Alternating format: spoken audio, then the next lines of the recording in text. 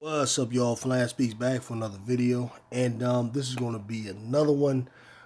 First thing before we get into it, I'd like to thank all of the new subscribers who've been coming. It's been great ever since James Harden came to the team.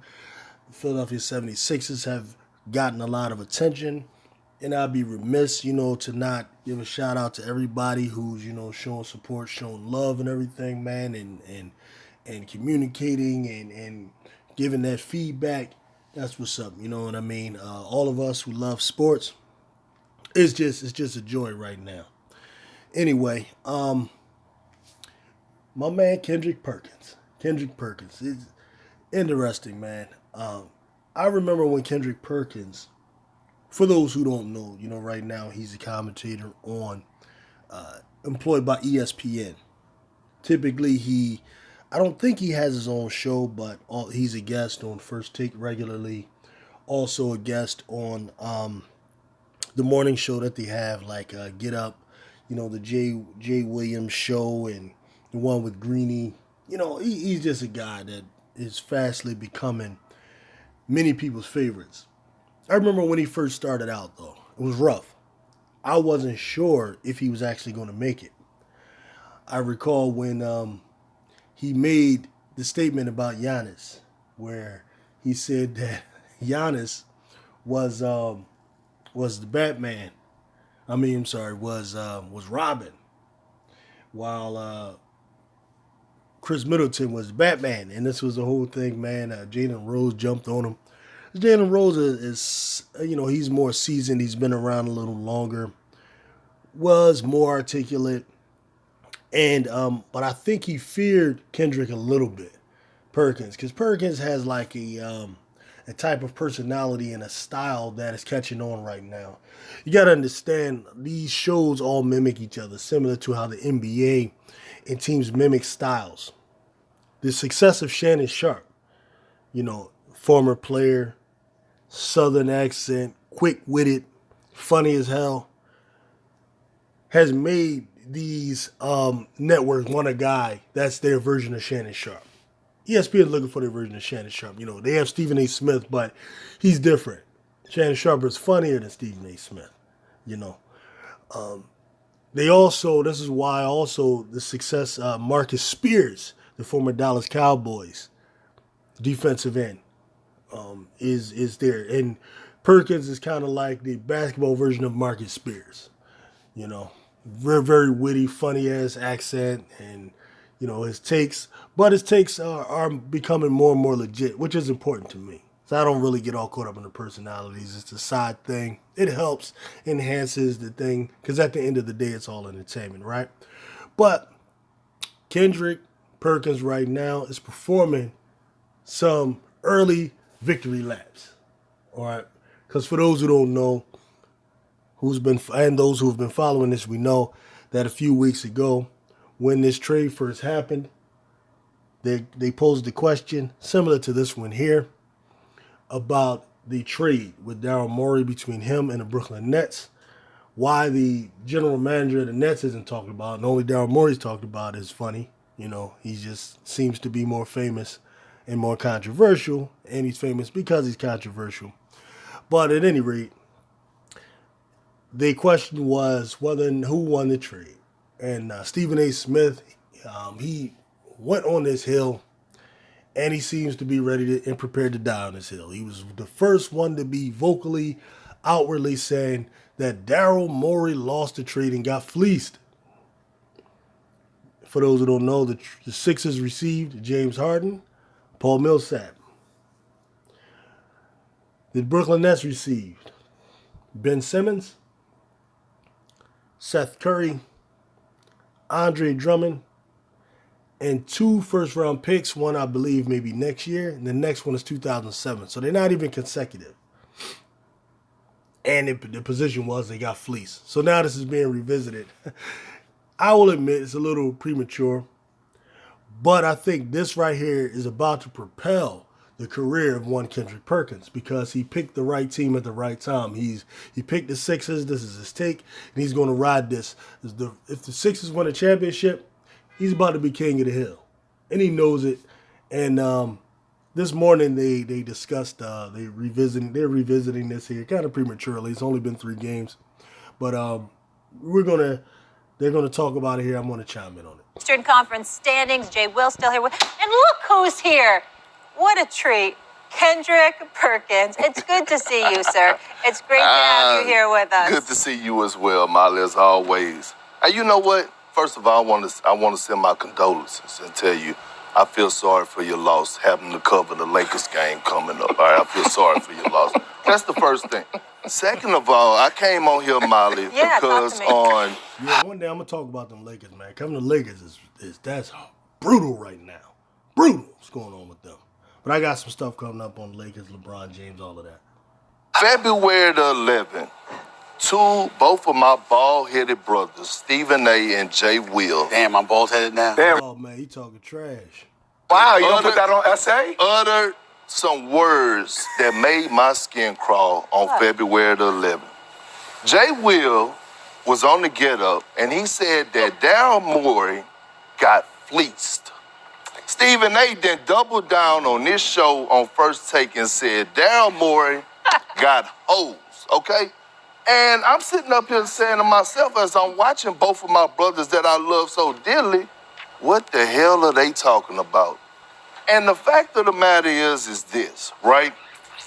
Y'all both were 100% wrong, and y'all still 100% wrong. And before I dive into my facts, I would like to give y'all both an opportunity to backtrack and say y'all was wrong before I address y'all like the numbers on the house. Go ahead, Stephen A.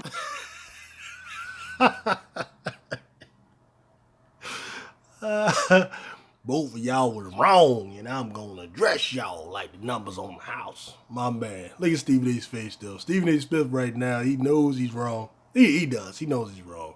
And he tried to put that thing together. But in this business, you know, when you put yourself out there strongly, making rounds and all of that kind of stuff like Stephen A. Smith did, oftentimes you got to down that hill. And that's what it looks like. Jay, y'all want to backtrack on those statements? Sounds like February the 11th was a rough day for y'all. Okay, cool. Nobody was standing on. Hold on, I'll answer it. Hell no. I meant exactly what the hell I said. And I'll say it again if you want me to. I ain't stutter. That guy is all smiling.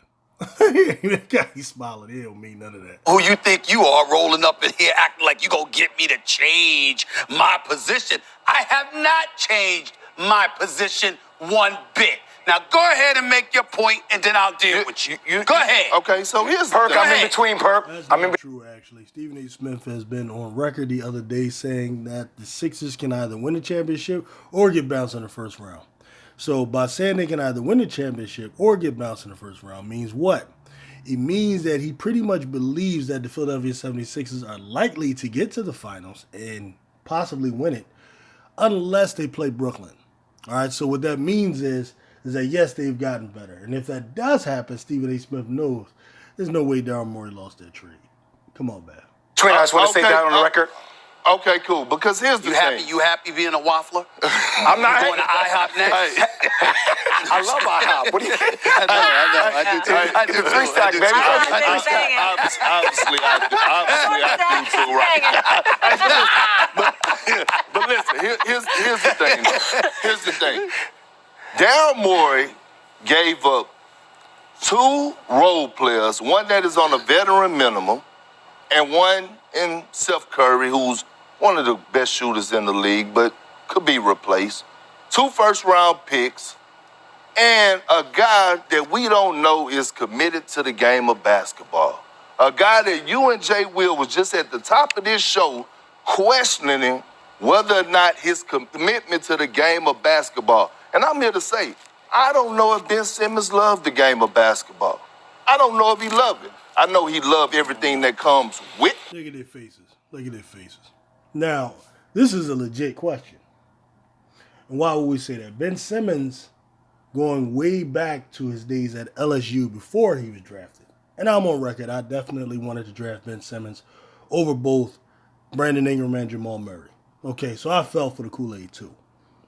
But there were reports coming out of LSU that the guy doesn't want to be great. These are the types of rumblings we were hearing. That he doesn't give his all. That he's disengaged, and we all know he didn't really want to be there. This guy really felt that he was good enough to go straight to the NBA. This gives you a look into the window of the mind of Ben Simmons. Ben Simmons, look at his game.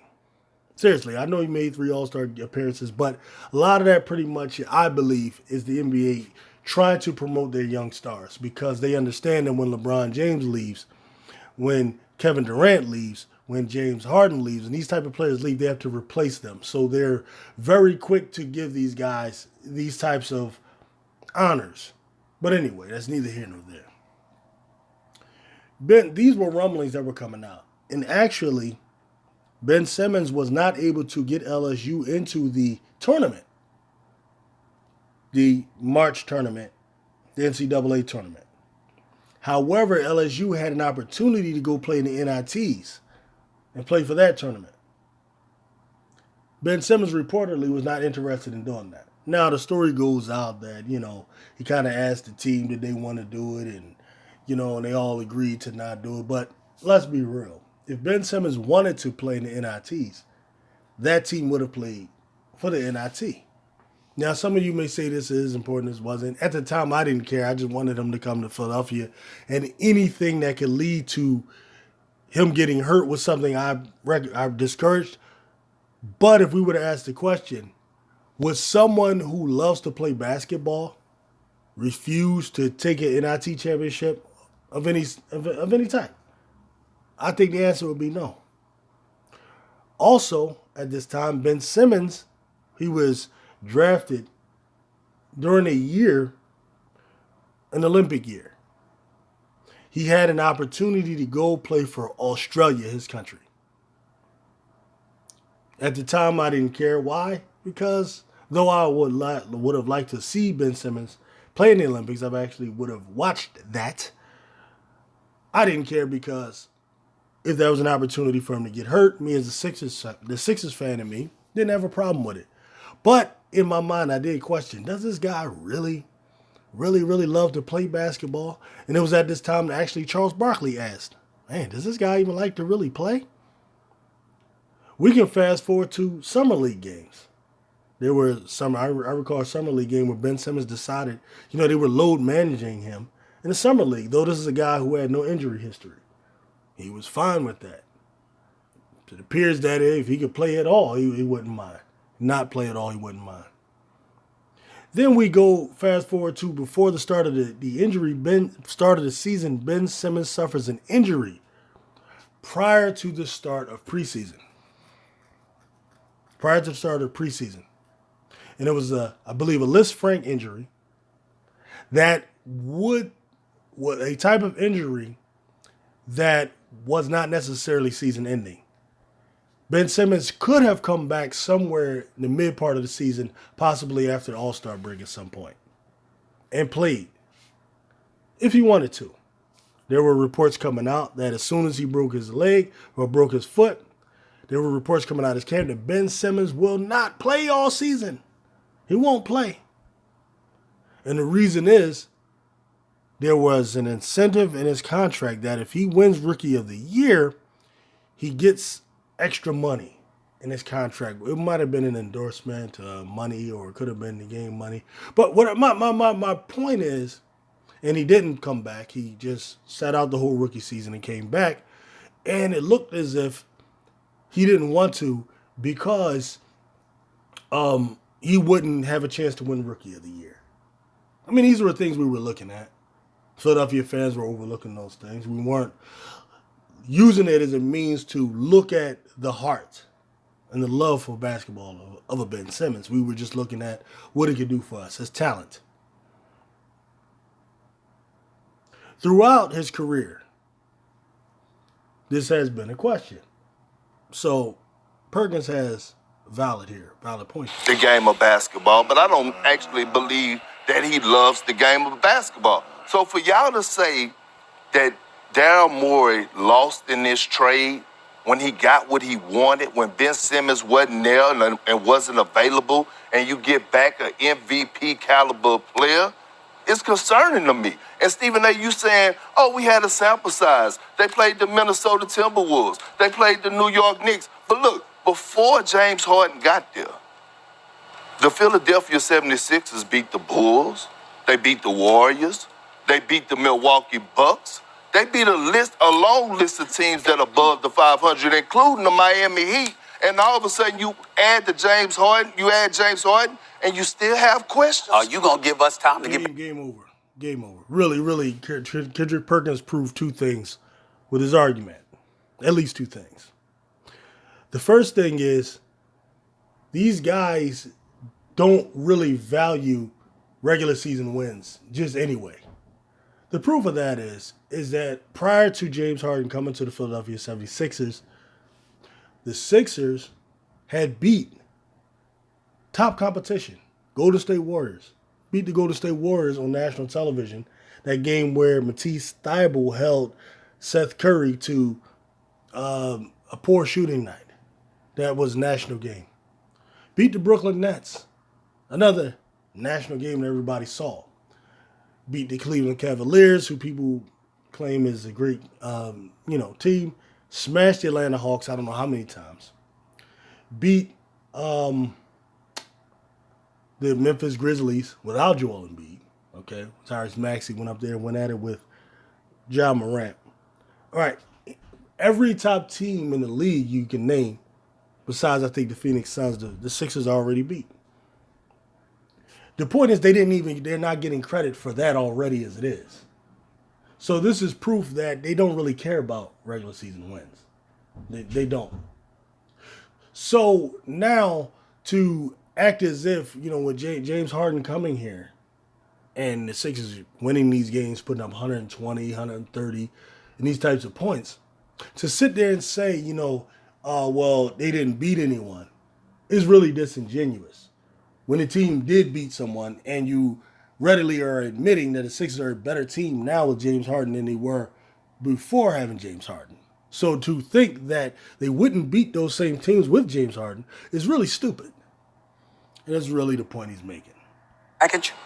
Finish eating your carrot. You got time to get back? Yeah, go ahead. Go ahead, Jay. Go ahead. Big Perk. You Big first, Perk. Jay. Thank you, S.A. Big Perk, let me ask you a question. Who was on Philadelphia's bench? You said what now? Who is on Philadelphia's bench? I mean, you got Shake Milton. I mean, you have Name, who's an underrated 3-point shooter. Cork Mars. I'll get that. You have Cork Mars. You have a potential big four that you could rotate, so you don't really have no drop off. Big four? You just said a big four? I mean, you know what I'm saying. You know what I'm saying. I mean, all right. Yeah, they're just trolling and clowning, right? But Perkins again is making another good point there. When you get into the playoffs, what teams do generally is they shorten the bench and they lengthen the amount of time that the starters play. Now, why this is disingenuous is that they know this. Kevin Durant in the series against the Milwaukee Bucks hardly ever sat down. Kevin Durant he was playing 40 plus minutes in those games. The reason Brooklyn Nets will and could possibly win is because Kevin Durant, Kyrie Irving, all of them, they're going to play extra minutes. So this idea that, what's important is who's going to fill in for Kevin Durant or who's going to fill in for Kyrie Irving. Again, why are they bringing this up? It blows my mind. And then when you do look at the Philadelphia 76ers bench, first of all, that Andre Drummond thing, you know what? I'm gonna let him finish his argument before I go on. I mean, Tobias Harris is getting paid like he's part of. What do you mean by big fours? What they do is they're gonna you'll substitute part of the team. Like this is what Doc Rivers has been doing. He'll rest James Harden but keep Embiid in there with Maxey and rest Tobias. And then when Embiid and Maxey go to the bench and rest, he'll bring in Harden and Tobias. He'll do that. So there's always two starters on the floor the whole 48 minutes. That's what he means by that. There's never a situation where there's just all 5 bench guys in there.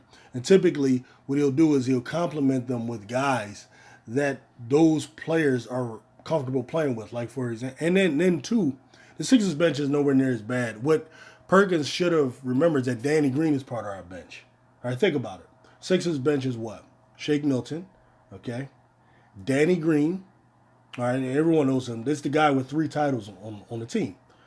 Paul Millsap is on the bench. George Niang, who's a shooter. All right, now Perkins just wasn't prepared for this particular question. But if I rattle off those 4 names, and actually the Sixers are about to sign DeAndre Jordan. Okay, so Embiid will be backed up by DeAndre Jordan. And we have Paul Millsap, who's actually a 4-time All-Star. He's older, but that's what happens. When you get older, you play the bench. No one criticizes Andre Iguodala for being on the bench. No one criticizes Carmelo Anthony for being on the bench. Okay?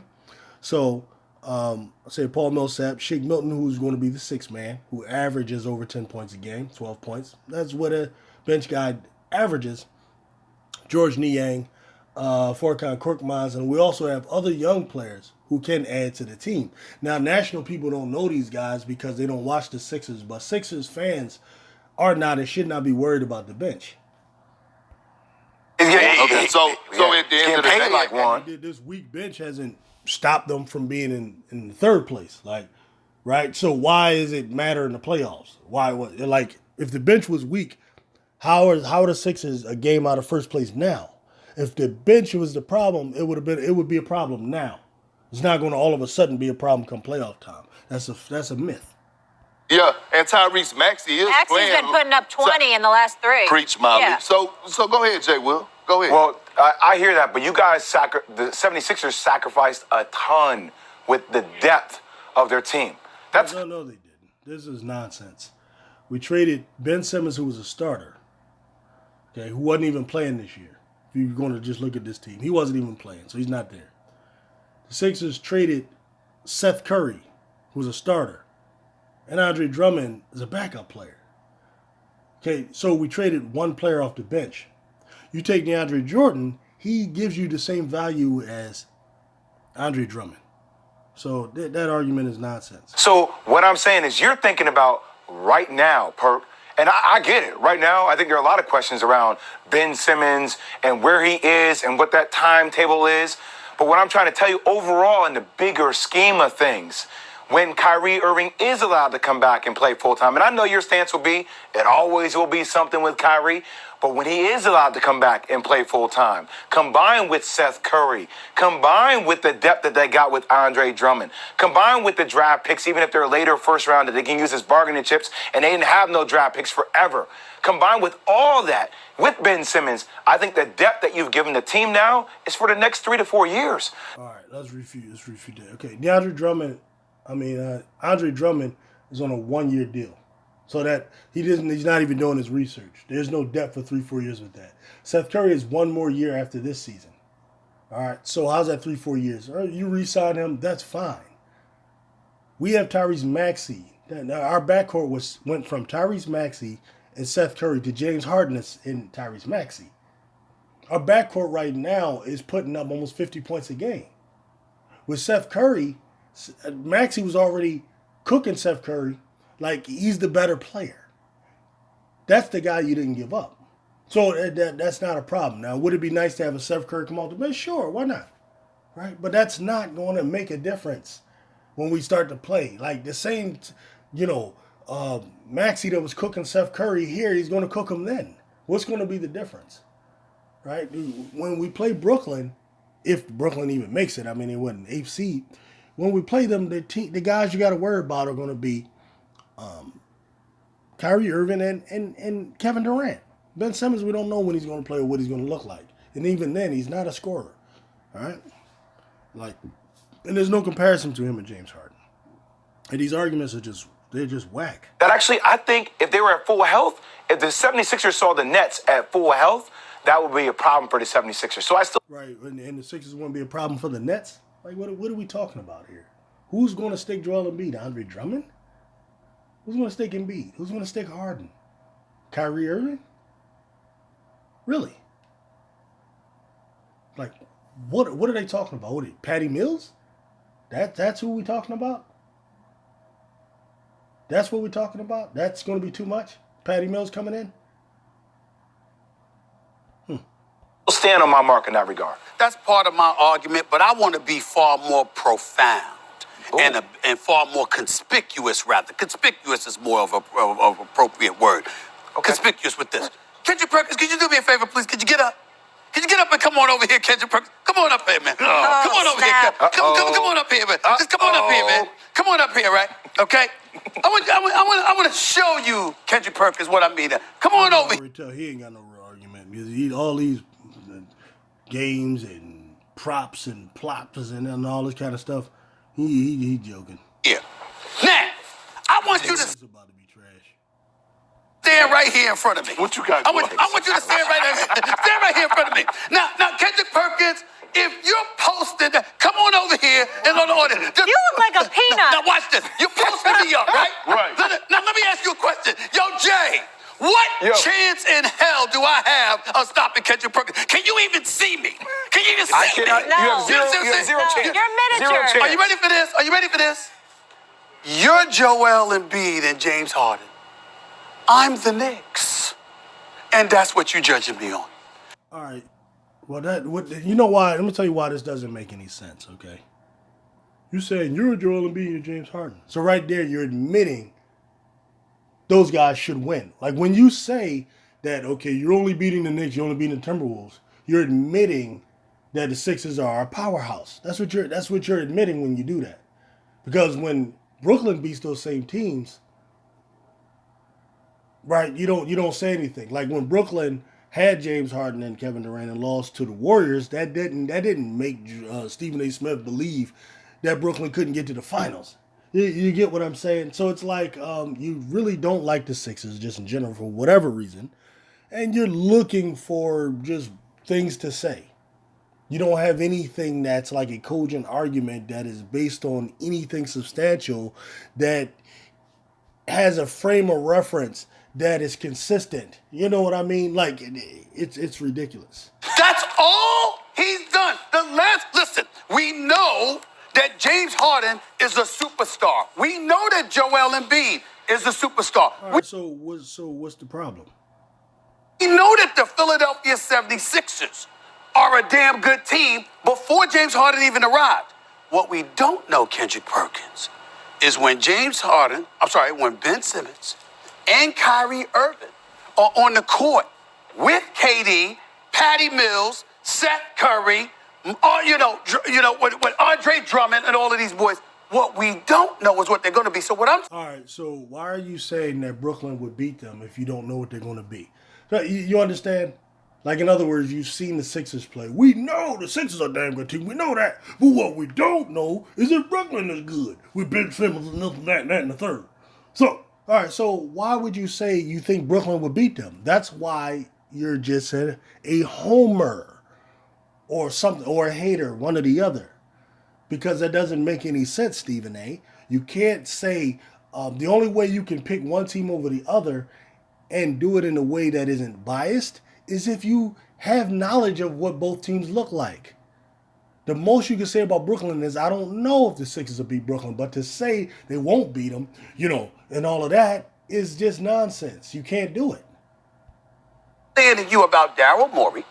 Daryl Morey did a damn good job getting the Sixers better with James Harden. Okay. My issue is he made Brooklyn stronger. That's why we said, hold on. That's why we said he got hoes, because he empowered Brooklyn, and we don't know whether that's true or not until you see Brooklyn. You can't watch James Harden against the New York Knicks and think that, oh my God, didn't I tell y'all? We got to see what Brooklyn is. I just wanna know, from a guy that loves guys that shoot the basketball. Yes. How all of a sudden you have so much trust in Ben Simmons? No. Thank you. Because not as a shooter, as a playmaker, As a defender and a playmaker, 1,000%. Hold on. Come on back over here. Come on back over here. Okay, and even as a playmaker, he's still not the playmaker that James Harden is. And if anyone thinks he is, you don't know what you're talking about. Or you haven't watched enough of both of them. Philadelphia 76ers have never looked like this under Ben Simmons, ever. Because, first of all, You felt small. Ben Yes, Simmons. I was small, like the Knicks. Ben Simmons, the last time we saw Ben Simmons, it was horrible. It was disturbing to watch. And Jay, you had the audacity to blame Doc Rivers about Ben Simmons and his production and not putting him in position to be successful. The only thing I blame Doc Rivers for is not sitting Ben Simmons on the bench. But Only thing I blame Doc Rivers for is not sitting Ben Simmons' ass on the bench. Tell him, Perk. because all the Philly fans and a lot, you could all you want, because all the Philly fans and everybody around the league believes that if Doc Rivers would have put Ben Simmons on the bench last year, that they would have won that series against the Hawks because Tyrese Maxey was actually playing better than him. That's a gut shot. That's a gut shot. He was actually doing the things that At least Tyrese Maxey gonna make 3-pointers and he gonna make his free throws. they needed him to do. And let's get buckets. But I got to get back at you at this. This is the part. Hold on, Jay. I come to you. Okay, all good. This is the part that you're missing. Again, we talked about Talking about somebody missing something. Man, somebody missing nothing. Nigga, you talking stupid. Maury, you just finished bringing up Tobias Harris and what he's getting paid and what you're looking for from him. What I'm trying to say to you is you got question marks. You got question marks. Tobias Harris having two games.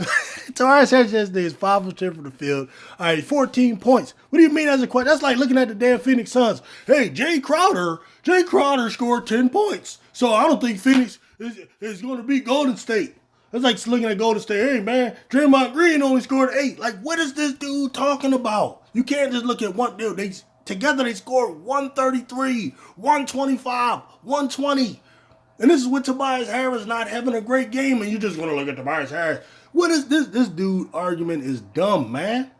When Jay asked you that you know basketball backwards and forwards, okay? You had to pause for a second to remember who the hell they had on their bench. You know that Tobias Harris, we know that he's got to step up, and because it's an adjustment with James Harden being there now. And I'm saying combine that with this. When we talk about Ben Simmons didn't have snipers. He had brothers who could play, but he didn't have snipers. What do you mean Ben Simmons didn't have snipers if he played with Seth Curry? What are you talking about? He played with Danny Green and Seth Curry, who both shot 40% over the field. This dude is full of shit. But when you look at KD, you look at Kyrie, you add the Patty Mills to the equation, or Seth Curry to the equation, you're in a situation, if you're Ben Simmons, you don't have to think about shooting. And that's his... Stephen A., we've been saying that for years with the Sixers. He playing with Embiid. He playing with Tobias Harris. He's playing with J.J. Redick. He's playing with Jimmy Butler. Ben Simmons, all he has to do is play defense. We've heard that before. We've been down that road before.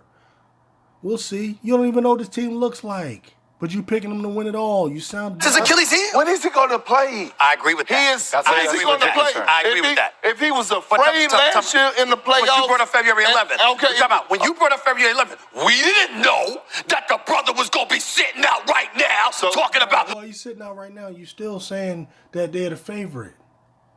So what are you talking about? Oh, my goodness. You know what? I'm not ready to play it. We didn't know that February 11th. You know what? You're a lie and the truth ain't nowhere near you. Because you know... He ain't even one of them down south joints, man, that your grandma tell you. You a lie, the truth ain't nowhere near you. You know the history behind Ben Simmons. Don't sit up here and sit back like you don't... Time out. Hold on. Do you not know about... You're heavily invested into the Philly... I know a lot. I know a lot about Philly and great sports town. Let me ask you a question. Yeah. Have you ever heard about the same concerns about Ben Simmons and his love for the game of basketball? Never. You never heard that? No. No. I'm saying you're totally right. That's what I'm trying to say. Okay. You ever heard about Ben Simmons' work ethic? About his off-season training? All true. But what I'm saying to you is this. February 11th, because that's why you started off this conversation. You're saying we didn't know. I'm saying to you with that, right? I believe that Ben Simmons, he ain't gonna have to shoot because he got KD, Kyrie. I know that when he was with the Sixers, I said the Sixers will never win with Ben Simmons. But what I'm saying is, because it's Kevin Durant, you put him on the team, Kevin Durant automatically win the title because he's Kevin Durant. He put up 30. That's why. Dude, I had enough of this guy, man. This bullshit. He just all over the place. He ain't making no damn sense. And like, really, Kendrick Perkins is going to mess around and just take over the ESPN if they keep this up. Stephen A. Smith, man, like, it ain't enough to just be articulate and speak some long ass words from the whatever. That ain't enough, buddy. You going to have to start winning some of these debates and start taking on some takes that make some damn sense. Stop every single year, beginning of the year, picking LeBron James and Kevin Durant to meet in the finals. You have to have a little bit more in depth. Have a little bit more depth than that. Have a little bit more depth than that. You should have been able to see that Milwaukee had a chance to win. You were the same joker that was talking about Giannis could never win because he can't shoot jumpers. You were the same dude saying that. You were the same dude that just never believed Phoenix could win. Right? You never did. You always, Steph Curry. You know, you believe in Steph Curry. Like, anybody can do that. Can look at a dude that has been winning before and then just automatically think they're going to win again. Stephen A. Smith, man, you got to step your game up, homie. I pretty much had enough of this, man. I don't like to hold y'all for these videos, being too long. But you know what? Let me see what he said. I don't think this is going on too. Here's what we do. Here's what we believed. We believed that a lot of people were making sense when they were questioning the legitimacy of his mental health issues. Right. We said the second he gets to Brooklyn, okay, you got KD and the crew there. You're going to sit up there and you're going to be ready to play because you just wanted out of Philly.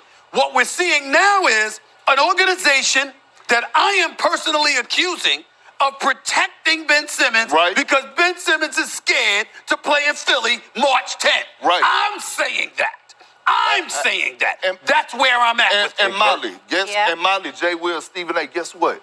Here's my whole point of addressing. Ben Simmons is. If you never asked Ben Simmons to play, I'm gonna tell you, that joker. If you leave it up to him, he will just not play forever. He will just be getting his money, buying his Corvettes and adding to his car collection and getting with his little light-skinned broads and that's it. That's Ben Simmons in a nutshell. Hang out with the Kardashians, be one of their part of their little witch coven. That's all. Ben Simmons, that's Ben Simmons. Ben Simmons is a bum. His mentality. Not necessarily talking about his game, but he has the mentality of a bum. That's what he is. If he can sit out on injury for years and years and collect a check, that's the type of dude he is, man.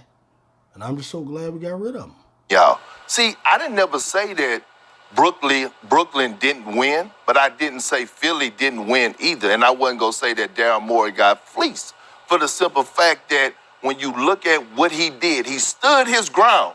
We knew that he could have traded and got C.J. McCollum and some other offers out there. He stood his ground. He let Joel Embiid and Philly do what they did, and he landed James Harden. He took them from the Nets. Okay. And that's the thing people don't understand. That this idea that the Nets are better with Ben Simmons because they added Ben Simmons and Andre Drummond and Steph Curry than they was James Harden is dumb, and they know it. The Nets did not want to do the trade. It happened because James Harden forced his way out. The player forces his way out. There's no way anybody got fleeced. He forced his way out. And the Sixers told him straight up, you're not getting Matisse Thybulle, you're not getting Tyrese Maxey, you ain't getting none of that. You can have Steph Curry, all right, we can do that. Steph Curry was a liability for us on defense anyway. You can have that. Because we're going to replace that with James Harden shooting threes. James Harden right now is about to be number 3 all-time NBA history shooting threes. I'll take that over some Steph Curry. All right? And then Andre Drummond, okay, we grab DeAndre Jordan. We good. We even money, baby. Yeah, man. Again, thanks y'all for checking me out. We're going to end it right there. I think Kendrick Perkins really he caught another body. This time he caught 2, though. Jay Williams ain't put up much of a fight. All he had was a bench argument. That's all he got to say. So till next time, peace.